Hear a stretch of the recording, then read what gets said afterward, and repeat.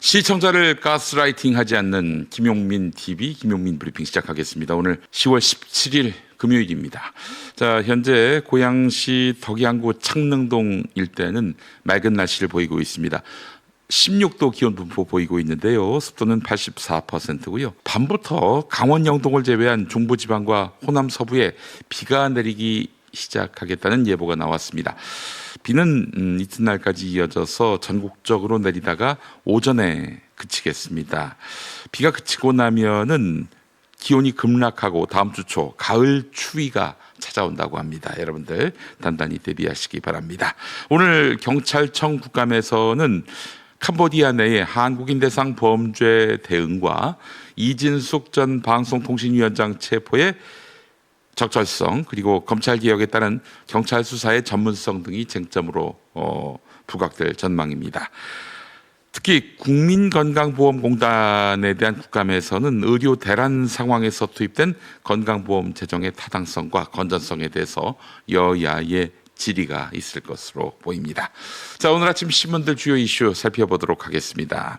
먼저 첫 번째 소식입니다. 내란 특검이 결국 윤석열을 외환 혐의로 기소하기로 했습니다.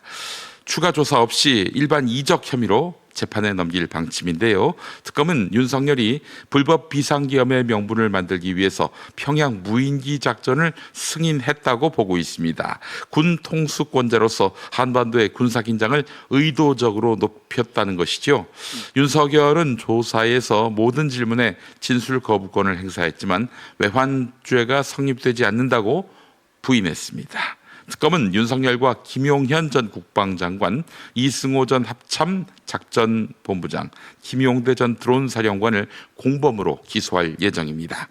특검은 이들이 북한의 노출 위험이 큰 드론을 평양과 남포 상공에 띄워서 안보에 해를 끼치고 추락한 드론의 경로가 노출돼 북한을 이롭게 했다고 판단했습니다.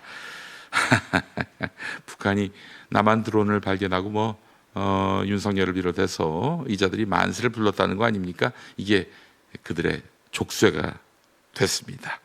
북한은 당시 포병부대에 사격 준비 명령을 내리고 남북 연결도로를 폭파한 바도 있습니다. 내란 특검은 이번 사건을 윤석열의 직권 남용이자 국가안보 훼손으로 보고 있습니다. 배우 박성웅 씨가 논란에 휘말렸군요. 배우 박성웅 씨가 2022년 서울 강남에서 임성근 당시 해병대 1사단장 이종호 전 블랙펄 인베스트 대표와 함께 저녁 식사를 했다고 특검에 진술한 사실이 드러났습니다. 문제는 임성근이 이종호 전 대표를 모른다고 주장해 왔다는 점입니다. 근데 박성웅 씨가 자신과 임성근과 이종호가 같이 밥을 먹었다는 거 아니에요? 박성웅 배우 측은 트로트 가수 초대로 밥만 먹었을 뿐 두 사람을 그날 처음 뵀고 이후에 연락한 적이 없다 해명했습니다. 하지만 이 자리는 최해병 사망 사건 이후 제기된 임성근 구명 로비 의혹의 핵심 고리로서 특검은 당시 저녁 자리를 둘러싼 목격자 4명의 진술을 확보하고 사실관계를 추궁 중입니다. 이종호 전 대표는 임성근 사단장을 그 자리에서 보지 못했다. 임성근은 없었다 이렇게 부인했고 임성근 역시 하늘이 두 쪽 나도 그런 사실이 없다 이렇게 반박했습니다. 그런데 배우 박성웅 씨가 두 사람과 한 자리에 있었다 이렇게 밝힌 거 아니겠습니까? 임성근이 그동안 했던 말들의 진실성, 통째로 의심받게 됐습니다. 이러면 증거인멸 우려를 자내는 그런 상황인 것 같은데요. 김장환 목사한테 구명 로비한 바 없다 이렇게 이야기한 적도 있었죠. 임성근의 앞으로의 운명이 어떻게 결정될지 매우 주목됩니다. 지난해 2월 의대 증원에 반발해서 전공의들이 집단 이탈하면서 가동됐던 비상진료 체계가 20개월 만에 해제됩니다. 보건복지부는 위기평가회의를 열고 해제를 결정했으며 오늘 중대본 의결을 거쳐서 오는 20일부터 시행한다고 밝혔습니다. 정부는 당시 의료 공백을 막기 위해서 위기 경보를 심각 단계로 올리고 비상진료 수가 인상과 건강보험 선지급 등으로 3조 원이 넘는 재정을 투입했습니다. 그러나 지난 9월 대부분의 전공의가 복귀하면서 이제는 정상화해야 한다, 이런 목소리가 커졌습니다.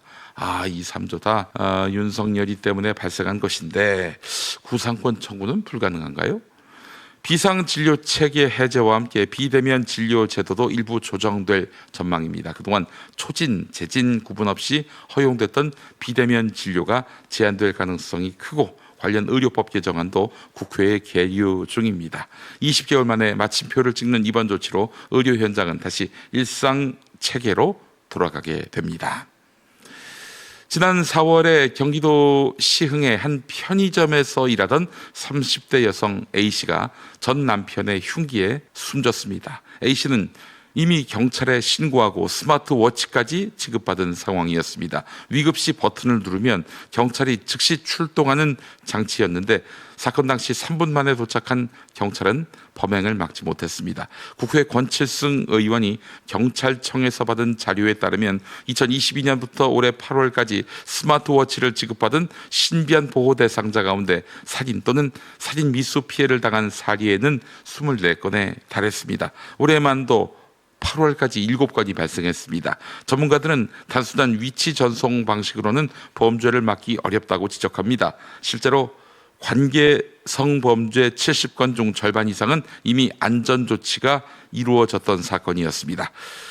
경찰은 전자발찌 부착, 기동 순찰대 집중 배치, 접근 금지, 자동 통보 앱 개발 등 보완책을 내놓았지만 실효성에 여전히 의문입니다. 결국 피해자 보호를 넘어서 가해자 격리와 강력한 제재가 해법이라는 목소리가 커지고 있습니다. 마지막 소식입니다. 카이스트 원자력 및 양자공학과에 올 가을 학기 지원한 학생이 단 한 명도 없었습니다. 4년 만에 제로 사태로 원전 산업의 불확실성이 커지면서 인재들이 등을 돌린 결과로 보입니다. 2017년 탈원전 정책 이후에 카이스트 원전 전공생은 20명대에서 한 자릿수로 급감했고 국내 전체 원자력 전공 입학생도 8년 동안 23% 줄었습니다. 이로 인해 원전 관련 학과는 18곳에서 15곳으로 줄었고 인력 부족은 현실로 다가오고 있습니다. 최근 정부가 원전 감소 기조를 시사한 가운데 부처 이원화로 정책 혼선도 커지고 있다. 동아일보는 이렇게 보도하고 있습니다. 원전 산업을 어떻게든 지켜야 한다, 이런 의지가 뚜렷해 보이지요.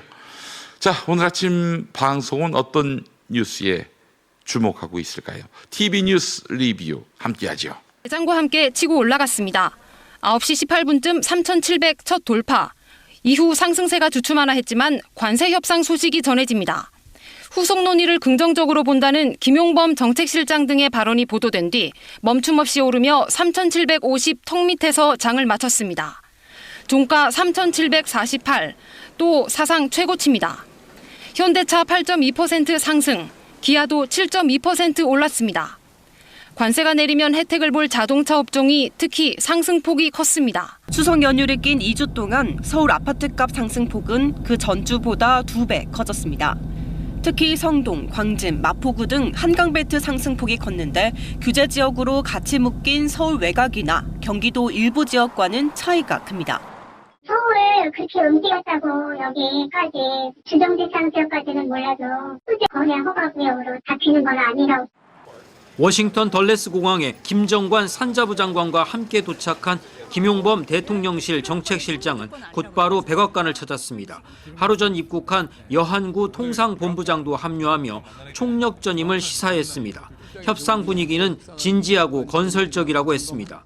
가장 양국이 진지하고 건설적인 분위기에서 협상을 하고 있는 그런 시기이기 때문에 어제 베센트 재무장관이 열흘 내로 무언가를 예상한다고 한 발언에 대해서도 나쁘지 않은 신호로 읽고 있다는 해석을 내놨습니다. 우리에게는 나쁘지 않은 사인으로 읽고 있고 그만큼 미국이 좀 더 유연하게 우리 입장을 최대한 반영해 주면 좋겠습니다. 최고 권력자의 딸과 재벌 장남이 만난 1980년대 세기의 결혼에 이은 거액의 재산이 걸린 2010년대 세기의 이혼 소송. 최태원 SK그룹 회장과 노소영 아트센터 나비관장의 이혼 소송에서 지난해 5월 2심 법원은 최 회장이 노 관장에게 1조 3,800억 원이 넘는 돈을 줘야 한다는 역대 최대의 재산 분할 판결을 내렸습니다. 하지만 1년 5개월 만에 대법원은 이 판결이 잘못됐다며 사건을 서울고법으로 돌려보냈습니다. 대법원이 중점적으로 본 건 노 관장의 부친인 전직 대통령 노태우 씨가 최종현 SK그룹 선대 회장에게 지원했다는 300억 원의 성격이었습니다. 대법원은 노태우 씨가 300억 원을 지원했다고 보더라도 이 돈의 출처는 뇌물로 보인다며 재산 형성에 기여한 것으로 판단하면 안 된다고 봤습니다. 지난 8월 캄보디아 서남부 항구도시 시아누쿠빌 경찰청이 한국인 남성 2명을 체포했습니다. 이들은 한국인 여성 2명을 감금 폭행하고 인신매매하려 한 혐의를 받고 있습니다. 피해 여성들은 며칠만 일해도 300만 원을 벌 수 있다는 이야기를 듣고 캄보디아로 넘어왔다고 경찰에 진술했습니다. 범죄단지에 갇혀있던 여성들은 다른 범죄 조직으로 팔려가기 직전에 가해 남성들과 함께 시아누쿠빌 해변의 한 호텔방에 감금됐는데 한 여성이 지인을 통해 한국 대사관에 신고하면서 출동한 현지 경찰이 남성들을 체포한 겁니다. 그런데 캄보디아 현지 경찰은 체포된 한국 남성들을 조사하는 과정에서 여러 차례 전기 고문을 한 걸로 SBS 취재 결과 확인됐습니다. 목격자에 따르면 조사 진행 도중 한 남성이 다른 방으로 끌려갔는데 다른 방으로 끌고 가고 경찰 업무한 일반 사무실이에요. 경찰은 몇 명 있었어요? 두세 명.